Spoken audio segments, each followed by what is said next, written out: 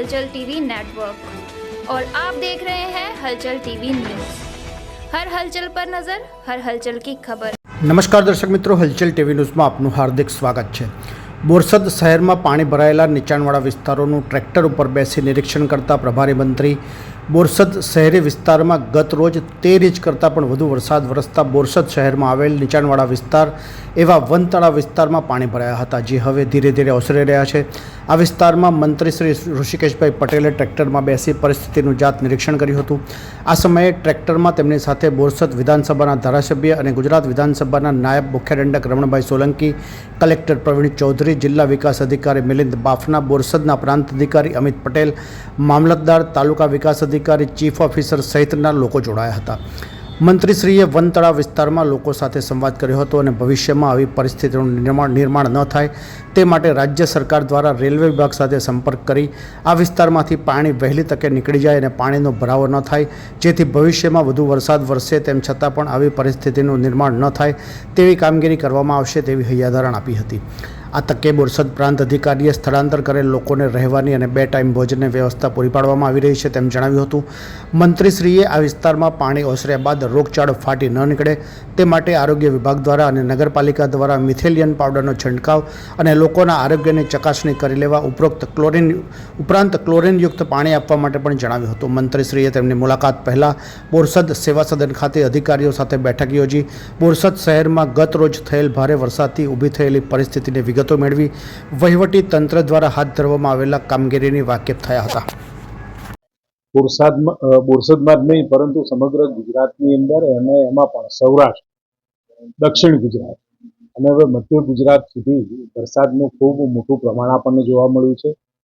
સામાન્ય રીતે જે વરસાદની પેટર્ન હોય અને જે પ્રતિ કલાક એવરેજમાં જે વરસાદ પડતો હોય એની જગ્યાએ વાદળ ફાટ્યું હોય એ પ્રમાણે ખૂબ ઓછા સમયની અંદર વધારે વરસાદ ઘણી બધી જગ્યાએ પડ્યો છે। એમાં બોરસદ પણ મધ્ય ગુજરાતમાં બોરસદમાં પણ એ પ્રમાણે ખૂબ વધુ પ્રમાણમાં 3 કલાકની અંદર આશરે 13 ઇંચ જેટલો વરસાદ અને કુલ 14 થી 15 ઇંચ વરસાદ એક સાથે ખાબક્યો અને પરિણામે જે નીચાણવાળા વિસ્તારો હતા એ નીચાણવાળા વિસ્તારમાં પાણી ભરાવાનો પ્રશ્ન થયો।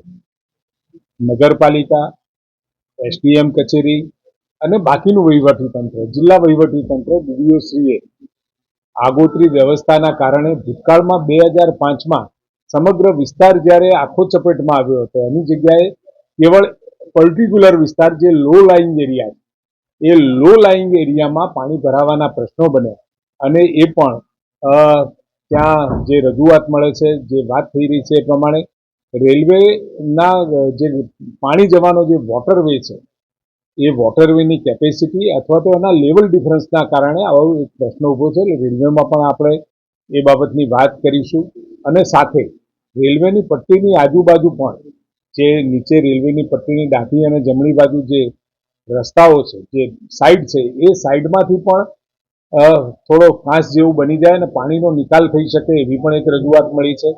અને એકંદરે પ્રમાણમાં 13 ઇંચના વરસાદના પ્રમાણમાં જે પ્રકારે લગભગ 150-200 ઘરમાં પાણી ઘૂસ્યા છે અને ભવિષ્યમાં જે નોટિફાઈડ કરવાના કાંસનો જે વિષય પણ છે, આ આખો કાંસની સફાઈ માટે ભવિષ્યમાં એની વ્યવસ્થા પણ અત્યારે તો જે કાંસ છે બધાની વ્યવસ્થા અને સફાઈ થયેલી, પરંતુ ભવિષ્યમાં પણ આટલો જ વરસાદ પડે છતાં પણ આવતા સમયમાં આવો કોઈ પણ પ્રકારનો બનાવ ન બને અને પાણી ભરાવાનો પરિસ્થિતિ પેદા ના થાય એના માટે મારે દંડક શ્રી રમણભાઈ સાથે પણ વાત થઈ, ડીડીઓ શ્રી, પ્રાંત ચીફ ઓફિસર શ્રી સાથે વાત થઈ, એક એક્શન પ્લાન બનાવી અને ભવિષ્યમાં ઓછું નુકસાન થાય।